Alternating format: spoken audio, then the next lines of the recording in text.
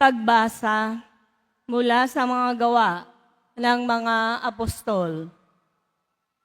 Noong mga araw na iyon, sinabi ni Pablo sa matatanda ng simbahan ng Efeso, "Ingatan ninyo ang inyong sarili at ang lahat ng kabilang sa kawan, sapagkat inilagay sila ng Espiritu Santo sa inyong pag-iingat.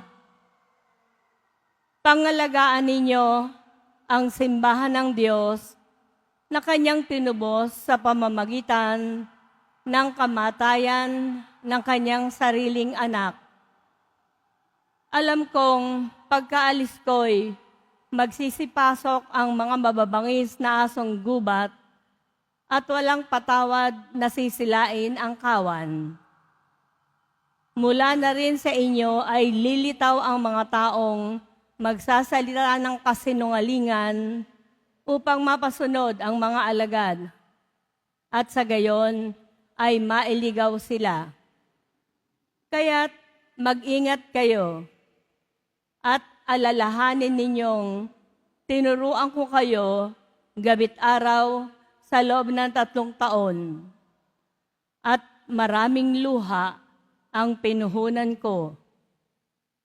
At ngayon ay itinatagubilin ko kayo sa Diyos at sa kanyang salita na nagpapahayag ng kanyang kagandahang loob.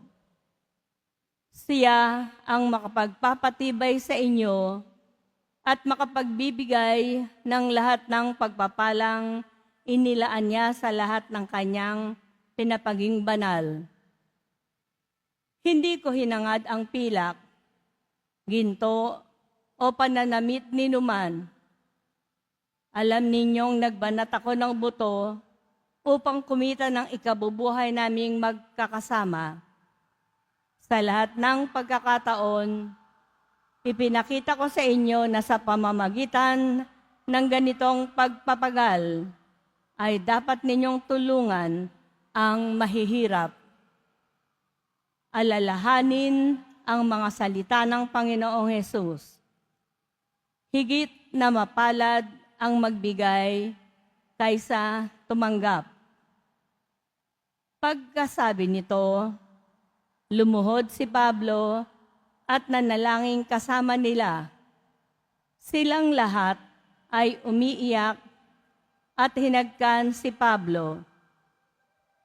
Labis nilang ikinalungkot ang kanyang sinabing, siya'y hindi na nila makikita uli. At siya'y inihatid nila sa barko.